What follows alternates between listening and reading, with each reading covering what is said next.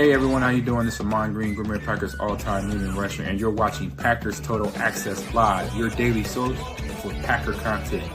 Go Pack, go!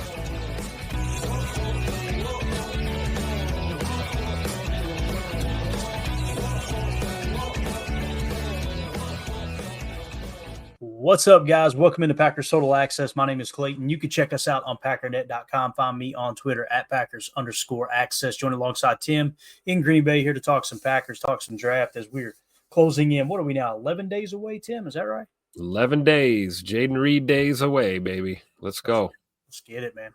We are closing in. I cannot wait. I know the chat is already lit up. Appreciate y'all making us a part of your evening. If you would hit like on the way in, feel free to sub to the channel if you're new here. And if somebody abuses you in the chat, let me know, okay? There's a wild bunch in there on the regular. I promise you that. So, Tim, you got anything on the forefront of your mind before we dive into some of the topics this evening, man? Just an RIP to Kyron Lacy, man, for sure. That's about it, man. Yeah, we touched on it earlier today, and it's just a tragic situation all the way around, man. Again, thoughts and prayers out to the family. And there's a guy that I love his YouTube channel. It's Matt something. Here we already wasting time. Me over here got the whole thing planned, and I'm already off cuff.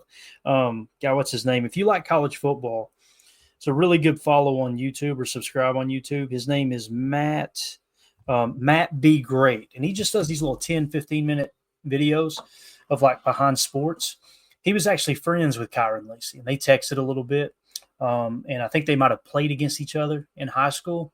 But he broke down on the pod just like, I wish I'd have reached out to him, because you never know what people are going through. So obviously, thoughts and prayers go out to Kyron Lacy's family and everybody affected. And again, it's kind of a weird situation because there was another event that happened that affected another family that he was involved in, and just tragic all the way around, man. So again, thoughts and prayers go out to everybody there involved. But let's see if we could talk a little football, pick everybody up in here this evening. I know everybody, it kind of shocked them. It sent shockwaves across football Twitter when we found out about Kyron Lacy, and he's on our draft board. You know, we've got him in the 236 spot, and I'm going to leave him there. We got it highlighted in the red, just as a quick reminder. Hey, look, the situation, but I'm gonna keep him up there, man, just to see the name and just a tragic reminder, dude. I mean, you can be fast tracking life and it change in a blink, So true. Is what it is, but. All right, well, let's talk a little Edgerrin Cooper, man. I seen this come across Twitter, and I thought this was really interesting. This is by the 33rd team. These rookies wreaked havoc last season, the most havoc plays in 2024 among rookies. Edgerrin Cooper led the way with 21. Notice this isn't an average, Tim. This is like the most havoc plays overall. So even though he kind of got a late start into the season, didn't start every game, he still led all rookies with 21 havoc plays. Some people are probably going, Clayton, what in the heck is a havoc play? So a havoc play is an interception, a pass defended or pass breakup, a tackle for a loss, a forced fumble, a quarterback hurry, a quarterback hit, a sack, a failed third down, or a failed fourth down, where that player was involved with making that play. Like if you make the tackle, I imagine is what that is. So it's all of those plays, right? It's more or less you ruin the offense's play. And the fact that he had 21 is pretty darn impressive. Obviously, it's another statistic you can grade the offense on as well, where you can go, okay, the lower the havoc play percentage, your offense is protecting the football. Your offense is doing things, fundamentally sound in that regard. So I thought that was really, really cool from Edgerrin Cooper, man. We've got a dog there, dude. We have an absolute dog. There's no doubt in my mind. Usually it's, we got to see it. He showed enough to me last year. I would be absolutely shocked if he didn't end up being a great, barring any injuries, 10, 12-year vet, Now, sophomore slump typically happens, so I'm not expecting him to come out and play like he did last year. But if he does come out, Tim, and stabilize or take another step forward, look out, dude. This guy's going to be an absolute superstar. I'm really excited about Edgerrin Cooper, man. Yeah, Coop is definitely a walking havoc play, right? And like you said, man, he did it with less snaps than most of the people on that list that we saw, for sure. So I don't think there's any reason to believe that he won't take another step, but I think you're right, though. Year two, I mean, sophomore slump is a real thing. It happens to the best. of the best. And if that does happen maybe early in the season, I don't think it's anything to freak out about. I'm sure Coop is on the right trajectory to being a premier player in this league, man. He's just so fun to watch. And just to see him at the top of that list, like I said, with less snaps than a lot of those guys is impressive. Yeah, no doubt about it. And Coach Lynn says, great pick by Goody. It's funny, I put that tweet up, quote tweeted 33rd team. And I said, man, something along the lines, you got to give Goody credit for finding Edgerrin Cooper in the second round, right? You wouldn't believe the people that jumped in the comments and were like, he didn't find anything. That's where he was supposed to go. I'm like, you're telling me that if we were to draft again tomorrow, he would still go in the second? You've lost your damn mind. Taking him possibly top 10, maybe top 15-ish, somewhere around there. Yep. So, yes, Goody did find him. There was 32 other teams that passed up on Edgerrin Cooper. So I'm going to credit Goody with going, yeah, that's our dude, and getting him at the right spot too. So when you look at the PFF grades here too, Tim, this was really interesting when you kind of look at the defense anyway, just narrowing it down. Look who led the way according to PFF in defensive grade, 85.7. Edgerrin Cooper. He graded higher than Xavier McKinney, who was an 84.7. Zane Anderson, only 122 snaps. But here's a perfect example. Edgerrin Cooper only had 549 snaps, and he still led all defensive rookies with havoc plays. Think about that, man. That's really, really interesting. But Xavier McKinney, 84.7. Zane Anderson, only 122 snaps, but still, I'm so glad he's back, 80.8. He really flashed. Jair Alexander, 75.2. Rashawn Gary, 73.0. Katano Ladapo, by the way, we're giving away his rookie card this evening, autographed rookie card, 72.9. Evan Williams, 72.5. Brenton Cox Jr., 67.2. Devontae Wyatt, 66.4. Carrington Valentine, 65.5. Keyshawn Nixon, 64.0. And then obviously it kind of goes downhill from there. So pretty cool, man. Edgerrin Cooper, highest graded Packer. Yeah, absolutely. And then you look at the snap counts, right? Look at Evan Williams there, 533 snaps. You had Edgerrin Cooper with 549. Those two guys grading out, above 70 with lower snap totals due to injuries.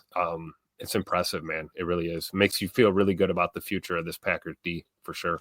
Really does, man. H.E. Solder in the chat says, going to be interesting to see how they try to build the defense around Cooper. I love the way you're thinking, Solder. That's what you need to do. And, do you make him the Mike? I know this, he better not come off the field as long as he's healthy, right? Like, if that means making him the Mike, then so be it. But I would love a situation where maybe there's two green dots ready where he doesn't have to wear the mic in the base or the headset in the base. Or, that way when you're in the nickel, though, if he is going to be the mic on the field, to me, it seems like it makes the most sense to have Quay wear the green dot and have Edgerrin Cooper be free of that right now. Because, I know Quay missed time, but he understands the defense far better than Edgerrin Cooper. And I like Quay covering those vertical routes as opposed to Edgerrin Cooper because I want Edgerrin Cooper. They can both cover the seam in that Tampa 2 look that we showed so many times last year, right? Yep. But there's no doubt about it. Edgerrin Cooper is better playing underneath than Quay is. So let's play to their strengths, right? So if you've got that nickel 4-2-5 out there, let Quay work the seam and let Edgerrin Cooper eat underneath. I really like that idea, man. So I agree. You want Cooper downhill, right? You want him playing downhill all day. Yeah. What do you think of the PFF grades here, though? That's pretty interesting, right? That led the way, man. Yeah, it really is, man. And you see that pass rush grade too in the 90s, man.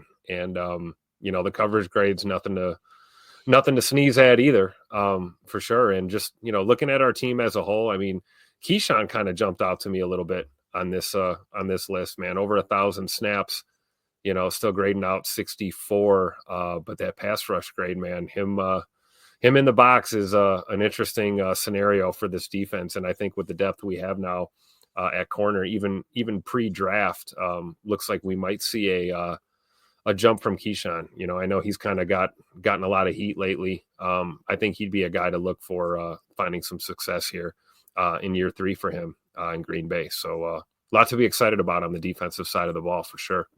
United Bates says, I don't get the gut feeling that he'll experience the sophomore slump. But either way, he's going to have a great career, hopefully in Green Bay the entire time. I mean, when you pop with an 85.7 your rookie year, I'm with you, Bates. That would suggest not. I'm just trying to be realistic too. You want to know what I honestly want to say about Edgerrin Cooper when I seen him play last year?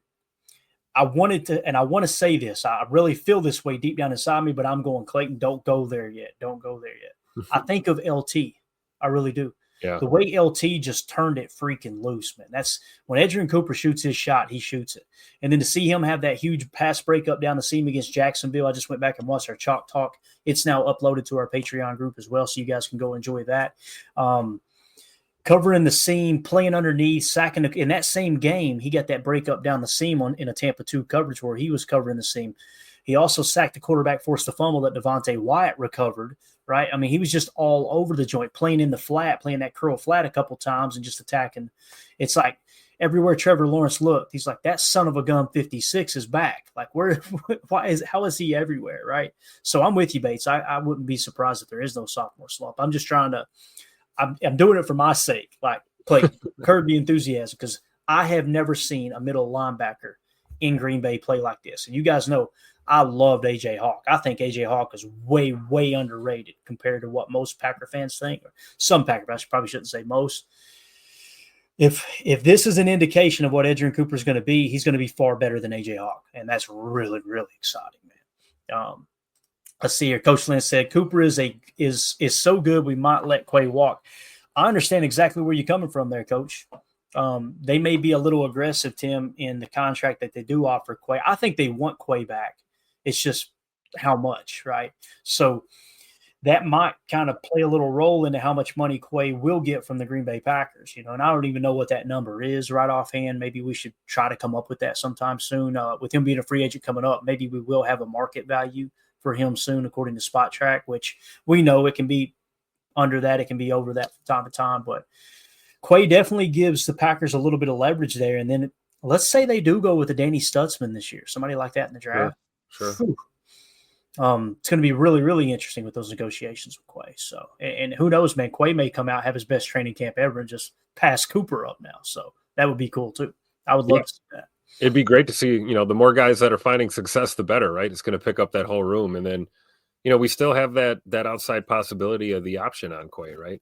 He was a first rounder. They could, exercise that 5th-year option and kick the can down the road one more year without overly committing to anything long-term. But I would agree. I think the plan is to continue to put these pieces in place, but build around guys like Edgerrin Cooper in the middle for sure.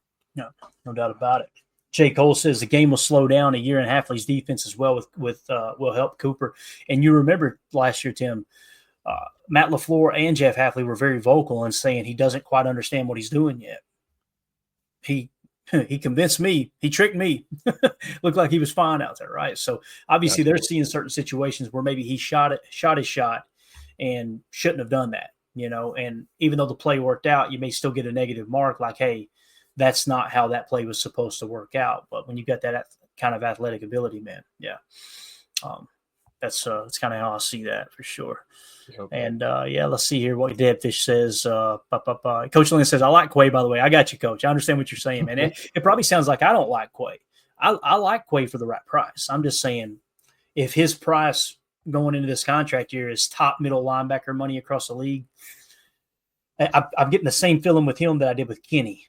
Like for the right price, I always wanted Kenny back. But for the price they gave him, I was like, man, I no likey that. So Deadfish says A.J. Hawk was a professional in college. He was a great player, but he was at his top when we drafted him. So there you go. Coach Lynn loving the linebacker room. I really like the linebacker room as well, man. Really, really do. So Chuck Goodman says 5th-year option is way too much for Quay. Agree there.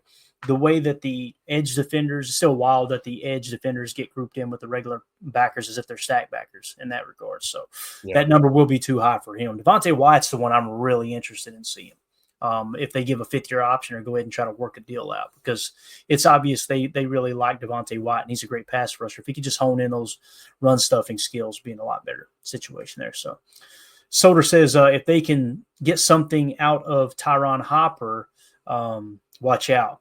That's another guy, Tim, we haven't really even seen yet, He may come out this year. I mean, that's a 3rd-round pick, dude, And a guy we were absolutely fired up about drafting too. We kind of had him kind of on our board last year and was on the radar. And when Goody pulled the trigger on Tyron Hopper, there was a lot to be excited about. There really was. And I agree. I think we saw a little bit of flashes from him in limited action, and you never know. Maybe we don't get a sophomore slump from any of our second-year linebackers, right? Maybe they all come out and they're better than they were last year, which would be a good problem to have. Yeah, certainly would make an already deep linebacker room even deeper if Tyron Hopper steps up and fights for a potential starting spot even. Yeah. And again, only 18 snaps for Tyron Hopper last year. I know there was some injury, I think, coming out of camp, if I remember correctly. I could be wrong.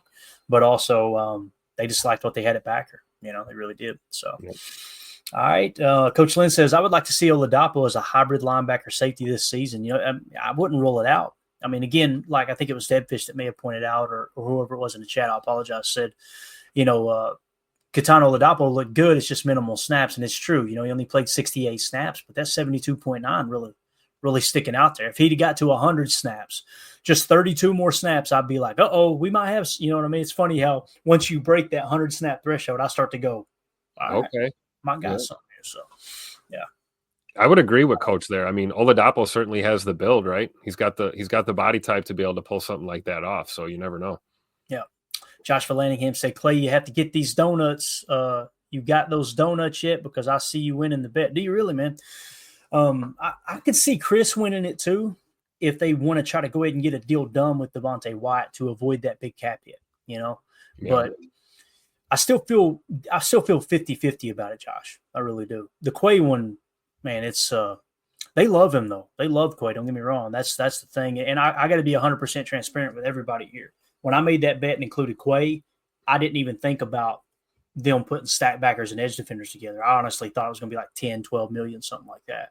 So with the edge defenders, obviously it's blimped up a little bit more. Defensive tackle has been pretty much proven that, teams will pay those three techs that type of money. There's no doubt about that. So, and you can use it as a bridge, the 5th-year option, but also you can use it as just the first year in that new contract extension too. So you can really, where that money's guaranteed, you can really push that out on down the road. And that could kind of go into the negotiation as well. You know what I mean? Like you hit them with the 5th-year option because the contract ain't done, Tim. And then you tack on another 4 years once you get the contract done. And you can let them know, hey, look, portion of that guaranteed money's in the 5th-year option, right? That could be a negotiating tactic there too. So we'll see though, man. I will gladly send Chris in a couple dozen donuts since we doubled down there. If neither Devontae Wyatt or Quay Walker are hit with the 5th-year option. So Krispy Kreme donuts, right? Hey, the best. Well, I don't know if they're the best. We got a place here, Annie Roofs. I don't know if that's a nationwide chain or not, but Annie Roofs here locally. They usually set up at the Amish stores and stuff here in town. Man, those donuts. I'm all about some Krispy Kreme. Don't get me wrong, and I like the chocolate glazed cream filled. That's what I go with. But when Mandy brings the Annie Roofs home, boy, I start hoarding them up. I'm hiding them in the cabinets and under the sofa and all kinds of stuff. Make sure nobody gets them. I'm going to have to give those a try when I'm down in Tennessee in the future for sure. We're going to get you down here too, man. That's going to happen. So absolutely. All right. Anything else you want to add to the Edgerrin Cooper talk there? I thought it was kind of cool. Let's just kind of, where did he finish? Fifth amongst all linebackers in the league is impressive as a rookie. Yeah, and I guess I would just close with what I said before. Like, even if he maybe has a little bit of a slump or, maybe gets out of the gate a little slow, it's nothing to panic about. This guy's going to be a monster. He really is. I don't see him taking any steps backward long term. I'm looking forward to another year of excitement from Edge Coop for sure. Yeah, same, man. Same. All right, man, let's do this. Let's get my screen back to normal here if I've screwed it up. Let's take a couple questions from the Patreon group. Another perk to being in our Patreon group. If you guys want to join it, just go to patreon.com/PackerFan Total Access or scan the QR code in the upper right. We got a questions for the show tab, one of the many perks in there. And you can kind of get your voice heard here on the pod, on the live stream on YouTube, which also we're on Rumble, X, Facebook, whatever platform you prefer. First question or comment, J. Cole says, in Todd McShay's latest mock, he has the Browns trading up to 15 with Atlanta to pick Shedeur Sanders. How would you all feel if Shedeur was there at 23 and we traded with them for pick 33 and maybe pick 67? So we're talking about trading back 10 spots here, Tim, and then picking up the 67th pick. I got to be honest, man, on the surface there, that doesn't sound too bad. I know it's technically a second-round pick, but being the first pick of the second round and then picking up the 67th pick as well, man. That sounds pretty good. What do you think, man? Yeah, on the surface, right? And it also, relies heavily on Shadur being there at 23. That's a huge part of this. But I think there's also reason to believe that, believe it or not, maybe Cleveland doesn't want Shadur Sanders. You never know. I mean, they just signed Joe Flacco, right? I mean, come on now. Do you really need any other help at quarterback? I'm totally joking, by the way. But I do see what you mean. It's like, on the surface, you're like, oh, you're trading out of the first, but it's like just barely. And look at the draft capital that you're going to get with a deal like that. But I would just think that it's contingent on Shadur being there at 23, which it's not out of the realm of possibility that it could happen. There's no guarantee that he's going to go top 10 or whatever. So I would agree on the surface. It's a lot of draft capital right there with a move like that. Yeah, definitely. H.E. Solder says, got to get Sanders past Pittsburgh to get him to 23. The other one are the Saints. Where are the Saints at? Help me out in the chat, guys. Where are the Saints picking? Because that's the latest buzz, is the Saints may be all over Shadur Sanders as well. So look at this. J. Cole says Todd McShay had Hunter and Sanders going to the Browns. That's very interesting there. So there you go. 9 is what they're saying. Okay. Appreciate it there. B-Time 10 and J. Cole both said not to pick is where the Saints are for Evan McFarley as well. So, yeah, so it, like Solder was saying, it holds true there, right? You gotta get him past Pittsburgh, to make it to where we could pick up there. So, let's see here what else we got in the chat. Chris N says, I can't remember if you guys have talked about Xavier Watts. Maybe you have. If there was one safety I could see pairing with McKinney, it would be him. 2 true single high guys, interchangeable in my opinion. I don't want Goot to burn a pick on a safety, but if he has to, I hope it's Watts, even with a slightly lower RAS. What are your thoughts?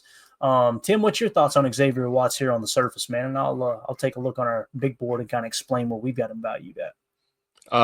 Jumping off the board on PFF here. For sure. Graded out 89.7 last year. Doesn't look like he's missed a lot of action in the last 3 seasons. Number of slot snaps he's able to play down in the slot as well as in the box. So, yeah, a lot to like about him. I had taken a few glances at safety in this draft as well. Not just Malachi Starks, but a few other guys. And Xavier Watts is definitely one of those top tier names. I think Chris N has got a valid point here. If you're going to burn a pick on a safety, right? Like this is a guy that, and let's be honest, the RAS isn't horrendous, right? He's just under a 7. So it's nothing to panic about at all. And, the biggest red flag there you see is just his height. He doesn't control that. And a lot of these other things, you can work on. You can make yourself faster, believe it or not, you can. And there's a lot of reason to believe that if you're gonna go ahead and pick a safety, Xavier Watts should be on the list. I wonder where he is on our big board. I've got it right here, Tim. We got Malachi Starks in the 23 spot. He's the top safety. Then we got Nick Emenwore, which just absolutely dominated the combine. He's in the 32 spot. Then we've got Xavier Watts in the 36 spot. So okay. Now. Here, you guys know I try to stay away from talking about Notre Dame guys, but as you can see here, there's 5 replies to Chris N's comment and the questions for the show. If you guys are in a Patreon group, climb in there. I posted a link kind of telling a little background story about Xavier Watts' upbringing. Teammates, I'm telling you, Tim, they would walk through fire for this guy. Team captain, extremely high football IQ, very, very smart off the field, very respectable guy. His dad has been somewhat of a paraplegic pretty much his entire life. I think when his mom was pregnant with him, his dad, I can't remember if it was a gang shooting or something, and it kind of changed his dad's life, but he ended up getting paralyzed from the waist down, I believe it is. And just seeing the stuff that family overcame. And if you go watch Here Come the Irish on Peacock, it's about Notre Dame, but you get a lot of that story behind the scenes with Xavier Watt. Again, if you go to those replies there in the Patreon group, you'll see that link where it's just a quick 5-minute video that I think Home Depot had sponsored for part of College Game Day or something. Really, he's one of those dudes he's a locker room guy. And to me, though, Tim, it would need to be 54 for me to be happy about it. But if Goody was to take him at 23, then it means, hey, we maybe aren't as high on Evan Williams as we thought we were, or Xavier Watts is just the dude. And that's the thing. Greg Cosell locked him. We give him a 3-point bonus from Greg Cosell. Obviously, RAS didn't give him any bonuses, but just to kind of compare it across the board, Daniel Jeremiah's initial top 50 had him 32. Kyle Krabs in the 33rd team had him 25th. Dane Brugler had him 46th. So we've got him pretty much right in the middle of all those, rankings there. So that's how I would see it, though, Tim. I would think 54 would feel like a slam dunk, but 23 a little too rich for me. What do you think, man?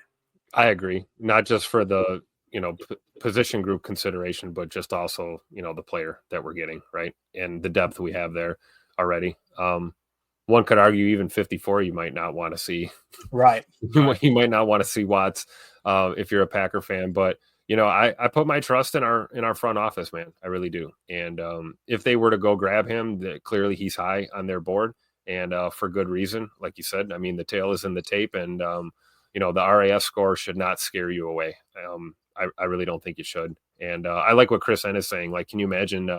We got double X back there. We got two Xaviers back there, playing safety. That'd be pretty interesting, to say the least. And I think what he's saying is you can tell that Xavier Watts would be a guy that would definitely complement Xavier McKinney's game. So we'll have to see, but I would agree. I don't think they're going to take a first round shot at him. I really don't. Yeah. MG Toe Legion in the chat says, first rounds for D tackle, please. Hey, we're on board with you, bro. We're on board with you. If the board falls right, that's what I'd like to see. There's just so many good 3-techs in this draft. And, if you take one at 23, you're going to have, I wouldn't say the pick of the litter, but you're going to be able to get one of those guys you feel really, really, really good about, as opposed to, all right, this guy was 5th or 6th best, but it is a deep draft, so he should be a good player. You know what I mean? Kind of that's what you're going to be weighing out. And cornerback is where that's what's most interesting to me, man, is it thins out so quick after the first couple of rounds that, again, you don't want to reach for need, but you want to try to position yourself, whether it's a trade back or something along those lines, that you might want to try to nab a corner. Then you can still get a good 3-tech. You can still get a good offensive lineman. You feel a little bit better about that. Feel real good about picking up Nate Hobbs in free agency, right? Makes Goody look like a genius when you look at corners in this draft, like you just said. It's nice to have kind of an ace up your sleeve right now. No, completely agree, man. Completely agree. All right, so there you go with that question. I think, do we have one more? Yeah, H.E. Solder in the Patreon questions for the show says, you're sitting at 23. You can't find a team that's willing to move up. Which position would you consider reaching for, because the value will be hollowed out by the time 54 comes around? I think we just answered that question, Tim. Yeah, I was going to say probably corner. Yeah, that's definitely corner, Solder, for me on the surface. Now, again, Will Johnson may fall. Jahdae Barron may fall. I don't see it. But if those two guys fall and you've got your pick between those two and Savon Rebel, man, that's you get kind of your pick of the litter there. That would be absolutely awesome. And you got to weigh out Will Johnson and Savon Rebel's injury concerns, right, along with Jahdae Barron and what he brings to the table. To me, I feel better. Our board says Will Johnson's the better corner, but I feel a lot better about drafting Jahdae Barron than I do Will Johnson. So that makes sense. But I would agree with that. All right. So there you go. Questions for the show. Appreciate everybody. Again, if you want to join the Patreon group, just scan the QR code in the upper right, or go to patreon.com/Packer Fan Total Access. It's filling up quick. The next giveaway we're going to do is we're going to be giving away an autographed rookie Sean Ryan card. We're doing the autographed rookie Kitano Ladapo card this evening. But if you go ahead and join, you'll get yourself entered into that next. We're going to be doing a bunch of giveaways for the draft, too. It's going to be a blast. So, Also, I keep forgetting to mention this, Tim. I'm going to go ahead and create the chat in the Patreon group for the draft day contest. Anybody who's a member in the Patreon group with $3 tiers, all you got to be, you get one shot in a mock draft. Just put your 7-round Green Bay Packer mock draft into that chat. It's going to be locked, so we can't have a conversation in there. I won't say locked. I'm going to delete comments out of there. People like respond and turn into a conversation. It needs to stay very organized. Okay, that's what we got the general chat, your favorite prospects, and all those different chats for. But it just needs to be a screenshot of your mock draft, and whoever gets closest to what the Packers does, then we're going to be doing a giveaway there. It might be like an autographed jersey or something. I think it'd be kind of cool to do something big. So, again, just a 7-round mock draft. You take a shot and see if you can get as close to what the Packers do. So you got to keep that in mind. It shouldn't be here's my favorite mock draft. It should be what do you think we're going to do? Yeah, exactly. So, yeah. So make sure you guys keep an eye out for that. Tim, if I forget, text me later on a text thread. I don't care if it's 2 a.m. because I know you're up late at night. You just say, "Hey, Clay, knucklehead, get that created over there in the chat," so we can get that squared away. No worries. All right, man. Let's move on to the next topic here, man. I thought this would be a good idea to do. We put an article together, obviously, with the Trey Amos top 30 visit that just came down the pike. We put a little article together comparing the top cornerbacks on the Packers' radar. We've done this with some of the key positions right now. So keep in mind, the players listed here are top 30 visits, and I'm really trying to key in on the top of the draft. Okay, so these are guys that might potentially be 23 or 54 or maybe somewhere in between if we trade back in the first or up in the second. Okay, so here's what we wrote. With Jair Alexander's future in Green Bay still up in the air, the Packers have scheduled top 30 visits with 2 top corners on our PTA big board. Let's take a look at how Dane Brugler sees both. Okay, so these are our PTA rankings here on our big board. The first one is Savone Revel Jr., cornerback out of East Carolina. He's in the number 26 spot on our big board. Okay, here is Dane Brugler's scouting report on him. A 2-year starter at East Carolina, Revel was the boundary corner in former defensive coordinator Blake Harrell's quarters-based scheme. After grades forced him to go to the junior college route out of high school, he drew East Carolina's attention and later emerged as an NFL prospect. 17 passes defended and 3 interceptions over his final 15 college starts. Unfortunately, a knee injury sidelined him for most of his senior season in the pre-draft process, which kept him from testing or working out for the NFL teams before the draft. With his size, speed, and physicality, Revel changed East Carolina's approach on defense because of his press man skill set. He used his length to disrupt routes and explosiveness to stay attached. Though he does a great job playing through the hands of the receiver, he is guilty of grabbing and holding too much, especially in off coverage. That issue should continue to fade as he hones his technique in the NFL. Overall, his durability will be questioned, understandably, but Revel is a boundary bully. I love that. With terrific speed, length, and ball tracking skills, he has the talent of an NFL starter. Keep that in mind, though. Dane Brugler did put a 2nd to 3rd round grade on him. Tim, what do you think on the surface here when it comes to Savone Revel? Obviously, sounds like the knee injury is not going to be an issue at all. I heard, I think it was Ryan that was mentioning there's a ton of different injuries. Hopefully we'll get to that here in a minute with his weakness tab. But what do you think here based off that scouting report? Do you think 23 is a little too high for him, or do you think that might be in the sweet spot there? I think if we're toying with the idea of going corner at 23 and we're saying that the knee injury is not going to be a serious issue, then I don't think it's too crazy. I really don't. He may very well be that top corner on the board at 23, depending on how the draft board falls. So I would go ahead and agree with the sentiment that he had a setback with the ACL and that he's worked past it and it shouldn't affect his rookie year. And if you go into the draft assuming that he'll be good to go, I think there's a lot of reasons that on the surface 23 may seem like a reach for him, but he could prove to be one of the absolute best corners in this draft when it's all said and done. Yeah, I agree, man. Okay, let's look at the strengths here. And do want to mention, who was it? Joseph said zone instincts. Greg Cosell raved about this guy. He said he's the best press man corner in the entire draft. Well, obviously with Jeff Hafley's defense last year, we played a lot more zone, right? We played way more zone than the media was making it sound like we're going to be predominantly a man coverage team. Hopefully we prepped you guys properly for that going. They are dead wrong. Trust me, you will notice it when we get to the season, and that's exactly what happened. Not because we're so smart. It's just because someone runs a lot of man coverage in college. Like most teams play man coverage in college, and anybody who watches a little bit of college ball knows that, right? But the thing that he did say was playing top down and playing off coverage. And when you're playing zone, especially if there's any kind of match principles with it, you've got to be able to read and react those route combinations. You got to know when they run wolf, my job is if and then I'm going here, right? If they run a dagger concept, I'm going if and then here. A slot cross, I know there's nothing to protect unless the will sneaks out of the backfield or it's a leak on the Y. I can hammer down on that dig, or maybe look for a crosser coming from across the field, right? Those type of things that you got to read and react to. Greg Cosell said that's going to take some refinement. So, again, you look at this draft, there's no perfect prospect.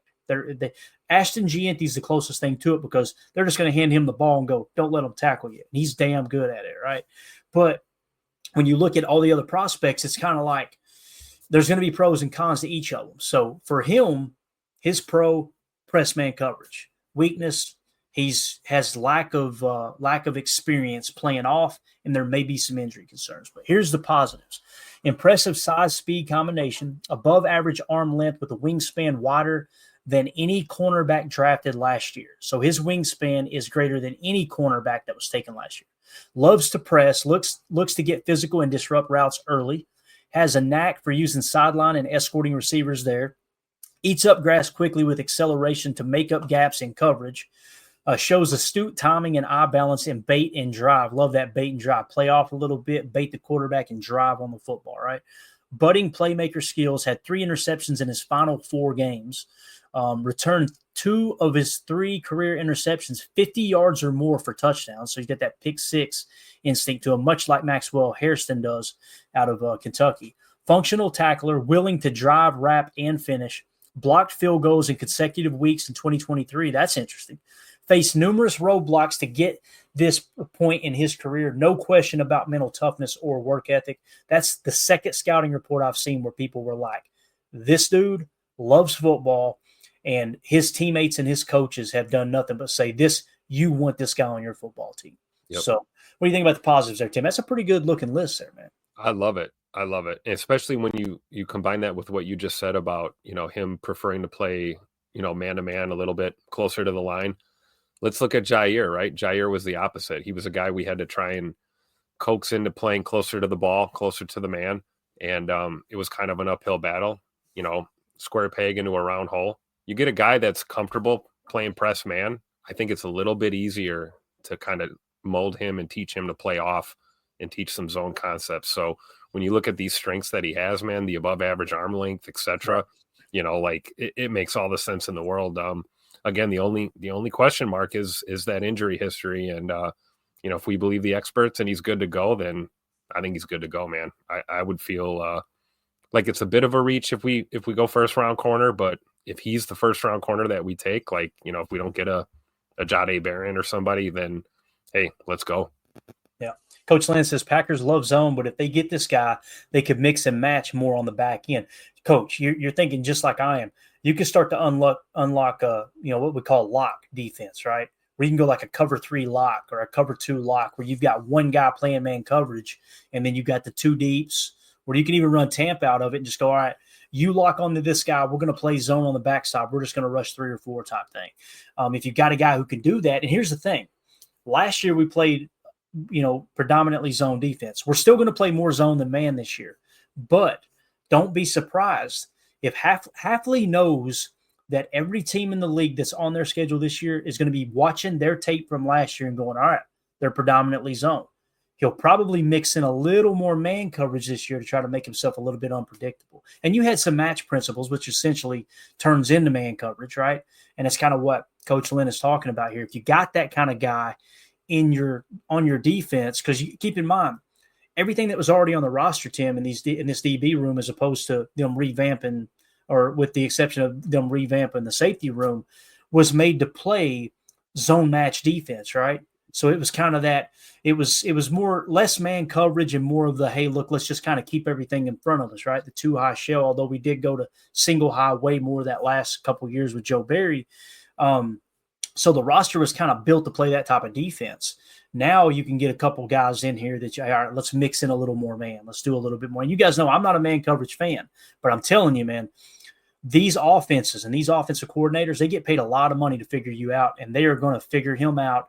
And that's why most of the time defenses, first year under a defensive coordinator that's good, they excel. Their numbers get way better. Second year, they take a step back a little bit because now you got to make that decision just like a week-to-week basis when you're game planning for an opponent.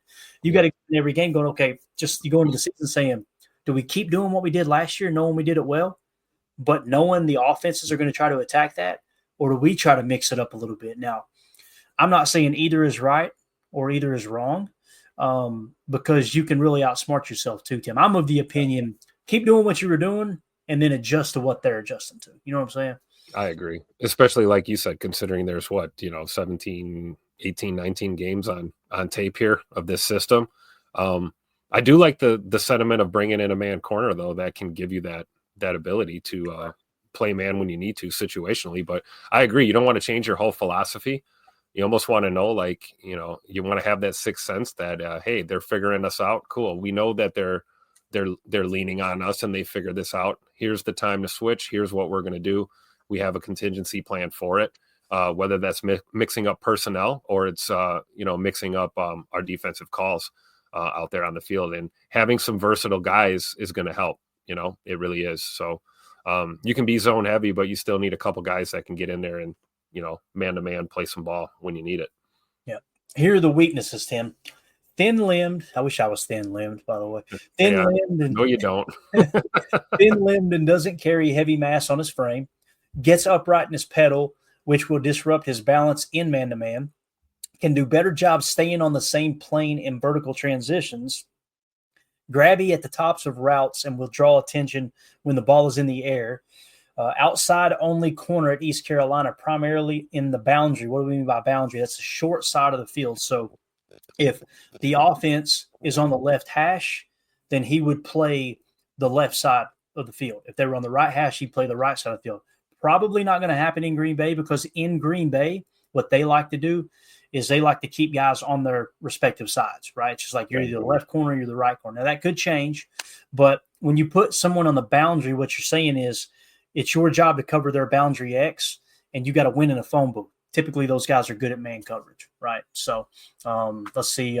Will be 24 on draft weekend, so some people see that as a negative, obviously. Here's the injury stuff. Now, listen to this, Tim. Let's see how concerned we are on this.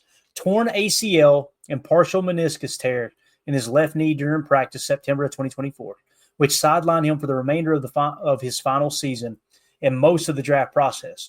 Missed start of 2022 season because of boxer's fracture to his right hand suffered in a preseason camp. It just sounds like a cool-ass injury, boxer. It's just awesome. Boxer's fracture. Yeah, I'm just out there punching people in the mouth. Probably punching that ball out, right? Probably was. Love it. Multiple injuries from high school, including a broken collarbone as a junior. That does not concern me at all. Yawn. Yeah, not. And serious head trauma and other injuries from a car accident as a sophomore, November of 2017. If it was something to be concerned about, he wouldn't even be playing football anymore. If you're talking head trauma from 2017, there's no way you continue to play football if it was that serious. Right. So the ACL is the only concern I have. Yep. And again, there was reports that he cracked over 20, I think it was 21 miles per hour on a treadmill already. So I'm not as concerned about the ACL. We're going to keep the box red just as that identifier for us. So I'm removing the injuries for me, man. You're talking about a hand fracture and a broken collarbone, right? Multiple years ago. And like you said, a car accident that happened in 2017. Yeah, that's nothing. Yeah. So the ACL is the only thing. And again, Packers had him in for a top 30 visit, Tim. So they got their hands on that knee. If they feel good about it, then we know it's good to go. So yeah, if they're not concerned, we shouldn't be, Like you said, especially with the collarbone, like we learned that with Aaron Rodgers, the way that they're able to do surgeries now, I mean, you end up with a stronger bionic collarbone than you had before. So I don't think that's anything to worry about. And if you take away the injuries, like you said, looking at these weaknesses, a lot of this is typical of a man corner, right? Grabby at the top of routes will draw attention when the ball's in the air. That sounds like a man-to-man guy to me. Could do a better job staying on the same plane in vertical transitions. Sounds like a man press corner to me. Things that you can coach up and coach out. So, and him being 24 on draft weekend, that's not his fault. Right. We just won't tell Goody that he's 24, and maybe he'll still get drafted. So I don't think there's any major concerns here with the weaknesses. Even the thin-limbed and doesn't carry heavy mass on the frame. I mean, a guy can put on weight. Right. You know, we saw Jair doing that this offseason. We saw that a couple weeks ago. Looks like he put on a little bit of muscle mass. That's things you can do. You know, you can get with your nutritionist and your training staff, and you can add weight. So I don't think there's any major red flags here with him. Chuck says the age thing is weird to me. Me too. Yeah. Me too, Chuck.